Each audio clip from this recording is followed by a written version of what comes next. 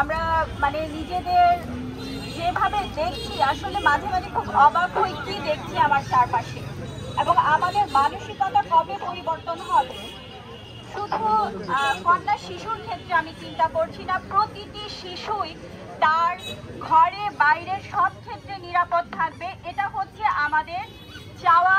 এবং এই লক্ষ্যে আমরা যে তরুণ প্রজন্মকে পেয়েছি এখানে সবাইকে একই সাথে এগিয়ে আসার জন্য, এবং হচ্ছে মব ক্রিয়েট না করে সেইখানে হচ্ছে যথাযথভাবে আইন শৃঙ্খলার এবং আইনের শাসনের মাধ্যমে, এবং হচ্ছে কিভাবে আমরা একজন ধর্ষক হোক বা হচ্ছে হেনস্থাকারী হোক তাকে যথাযোগ্যভাবে আইনের যদি আমরা শাসন তাকে নিশ্চয়তা দিতে পারি এবং তাদের যথাযোগ্য শাস্তির ব্যবস্থা করতে পারি, তাহলে মনে হয় এই প্রবলেমগুলো হচ্ছে আস্তে আস্তে আমরা ওভারকাম করতে পারবো। এবং আমার কাছে মনে হয় কি যে এই যে মানুষগুলো আছেন যারা চিন্তা চেতনায় খারাপ মানসিকতা, নারীকে পণ্য হিসেবে ভাবে, সেখানে সে নারী একটা শিশু না একজন বৃদ্ধ সেটার কথা চিন্তা করে না, তাদের জন্য মনে হয় এই শাস্তিটা আরো বেশি প্রয়োজন, আমাদের একতাবদ্ধ হওয়াটা আরো বেশি প্রয়োজন।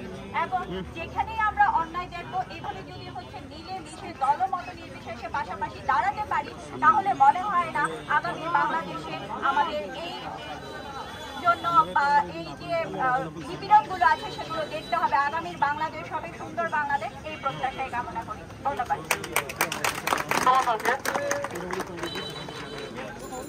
এটা আসলে বাংলাদেশের জন্য খুবই দুঃখজনক একটা ব্যাপার। নারী এবং পুরুষ দুয়ে মিলেই মানব জাতি। কোনো একটি পক্ষ যদি শুধু পুরুষ থাকে তাহলে তো পৃথিবী চলবে না, যদি শুধু নারী থাকে তাহলেও পৃথিবী চলবে না, এই দুটো মিলেই মানব জাতি। সুতরাং নারীর প্রতি এই হেনস্থা, নারীর প্রতি অত্যাচার এবং নির্যাতন যে হারে বাড়ছে, যেভাবে নারীরা ধর্ষণের শিকার হচ্ছে, হেনস্থার শিকার হচ্ছে, সেক্ষেত্রে এভাবে যদি চলতে থাকে তাহলে বাংলাদেশ কিন্তু অনেক পিছিয়ে পড়বে এবং বাংলাদেশের উন্নয়ন হবে না। কারণ শুধু একটি পক্ষের উন্নয়নই পুরো সমগ্র দেশের উন্নয়ন হয় না। নারীকে যদি মানুষ হিসাবে মূল্যায়ন করা না হয়, রাস্তাঘাটে পথে ঘাটে যেভাবে হেনস্থার শিকার হচ্ছে নারীরা, তার যদি সঠিক বিচার না হয় তাহলে কিন্তু বাংলাদেশ অনেক পিছিয়ে যাবে।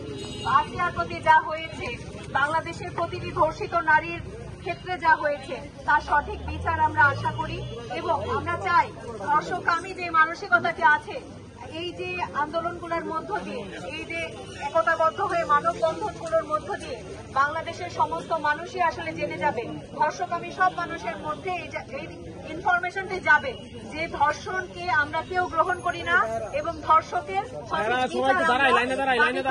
এবং এই সমাজে ধর্ষকের কোনো ঠাঁই নেই। ধন্যবাদ। তোমরা সেই প্রতিরোধ করবে এবং সারা দেশে যেভাবে এই আন্দোলন ছড়িয়ে পড়ছে আমরা মনে করি অচিরেই এটি বন্ধ হবে এবং